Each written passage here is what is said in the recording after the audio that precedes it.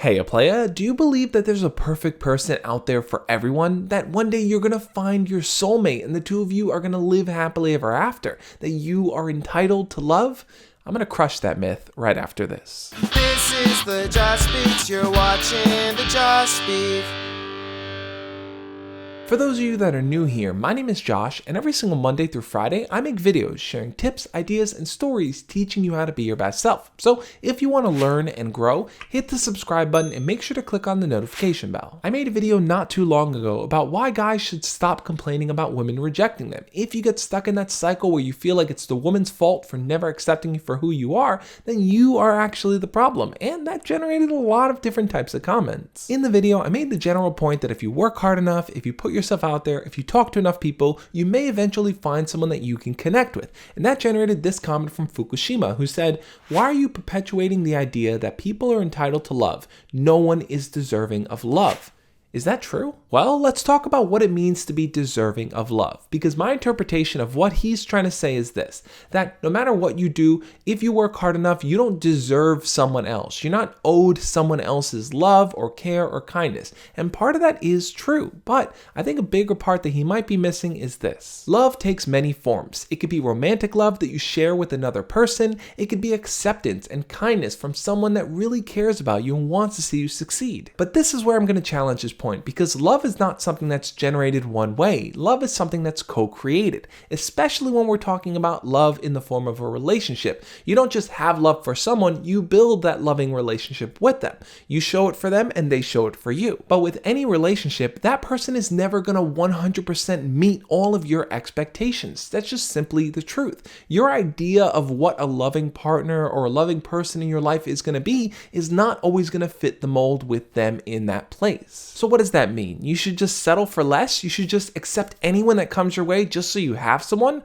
Not exactly. I think for a lot of people, they're way more focused on finding someone that can fit into the right mold for them, rather than asking themselves, how can I reshape my mold to fit and accommodate that person? For example, you might have a list of things that you want someone to check off, but you come across someone who checks off maybe 7 out of 10 of those things. Is that good enough? Is that someone you should settle for? Or should you keep looking for someone else that's going to match all 10 of those boxes? Well, I think it's way more important to just reorganize your boxes to see what's the most important to you. And on top of that, it's important to ask yourself, am I the kind of person that I need to be to actually maintain someone who checks off all of those check boxes? Am I at a place in my life where I can actually maintain a relationship with someone like that? For some of you watching, you might just be thinking, Josh, I just want anyone. I just want to spend my day with someone else, and no one else gives me the opportunity or the chance. I'm not looking for a perfect person, I'm just looking for somebody.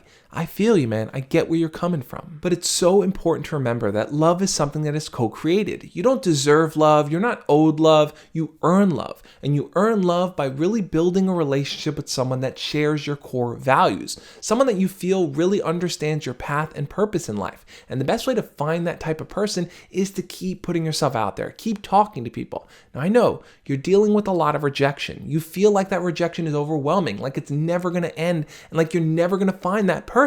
But the more you put yourself out there, the more you can fine tune what you're looking for, and that's the key. Maybe what you thought was at the top of the list should actually be 4th or 5th. As you interact with more people, it's important to keep reevaluating your values, because your values are going to change as you go on.